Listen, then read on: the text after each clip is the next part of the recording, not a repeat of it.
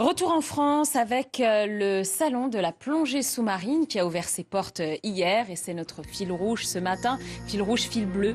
Oui, Le Grand Bleu, avec cette musique reconnaissable entre mille, c'était l'un des plus grands succès du cinéma français. Et les Français sont toujours fascinés par la plongée. Preuve en est donc le succès de ce salon qui a lieu depuis 19 ans maintenant.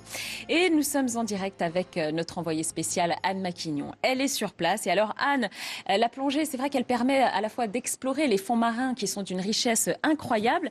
Et justement, vous êtes avec quelqu'un qui a exploré ces fonds marins. Oui, effectivement, je suis actuellement avec François Sarano qui est océanographe, plongeur professionnel et que d'ailleurs vous pouvez le voir derrière moi sur cette image. On le voit sur cette image, c'était lors du tournage du film Océan. François Sarano, bonjour. Bonjour. Récemment, depuis 2013, vous avez plongé avec des cachalots. C'est un animal que l'on ne connaît pas beaucoup. Qu'est-ce que vous avez découvert? Alors avec mes amis René Euzet et Hugues Vitry qui travaillent avec ces cachalots depuis longtemps, nous avons découvert que les cachalots de l'île Maurice parlaient un dialecte différent des cachalots du reste du monde. Les cachalots du reste du monde font 5 clics. Ceux de l'île Maurice,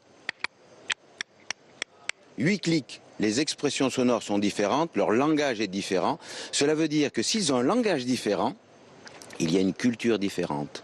Ces cachalots-là, leur société a mis en place tout un apprentissage. Les grandes femelles apprennent aux plus jeunes un langage différent. Et vous avez une petite anecdote à nous raconter. Vous avez vécu un petit moment un peu inédit avec un certain Elliot. Alors nous suivons ces cachalots depuis leur plus jeune âge. Nous les voyons grandir, exprimer leur personnalité. Et Elliot, un jeune mâle, c'est Vasco de Gama, Christophe Colomb, un explorateur qui vient au-devant des plongeurs et qui un jour m'a invité à danser. C'est lui qui invite, c'est lui qui choisit. Ça qui est formidable.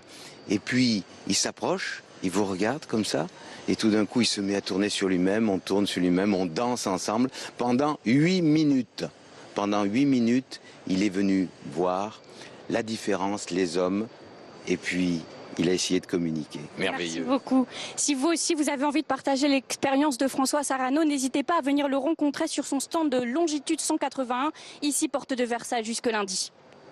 Merci Anne et merci à votre invité qui nous a vraiment fait rêver. On a envie d'y aller, on y est. C'était passionnant. On y est. Super, merci. Allez, sans transition, quoique, regardez ces belles images quand même derrière nous. Ah bah, il n'y en a plus. Ah bah si, regardez là, c'est magnifique. Les sports, c'est maintenant.